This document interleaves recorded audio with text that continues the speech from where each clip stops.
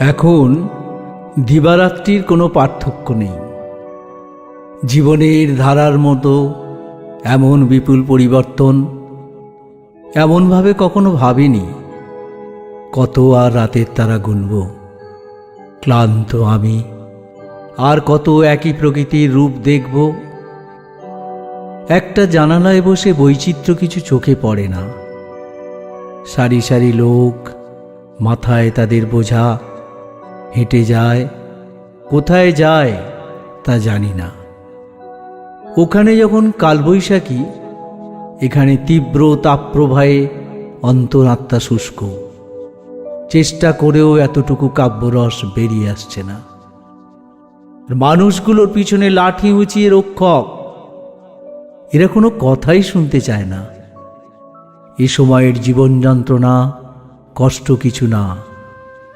নিজের ঘরের দরজা বন্ধ, বিদেশ ভুঁইয়ে নিরাপত্তা নেই, খাদ্য নেই, নেই বেঁচে থাকার ন্যূনতম রস। এদের অপরাধ, এরা পরিযায়ী। প্রয়োজনে এরাই শক্তি, ফুরিয়ে গেলে না কদর। নির্জনতা ভালো, তবে নির্বাক থাকা ভালো নয়। গত রাতের ঝড় বৃষ্টি, মেঘের ফাঁকে ফাঁকে টুকরো চাঁদ, খুব মনে পড়ছিল তোমার কথা।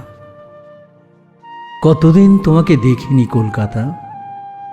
অলিখিত অঘোষিত অনির্দিষ্টকাল, এমন বদ্ধ এবং বাধ্য জীবন তোমার কাছ থেকে দূরে করে দেয়।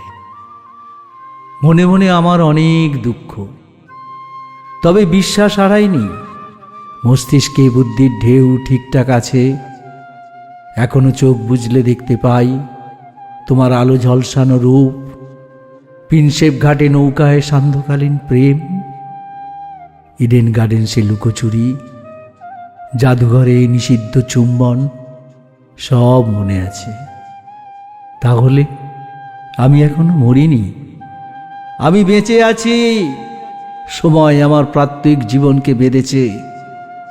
মনের মধ্যে শুদ্ধতা, প্রেম, ভালোবাসা, সব তোমার জন্য।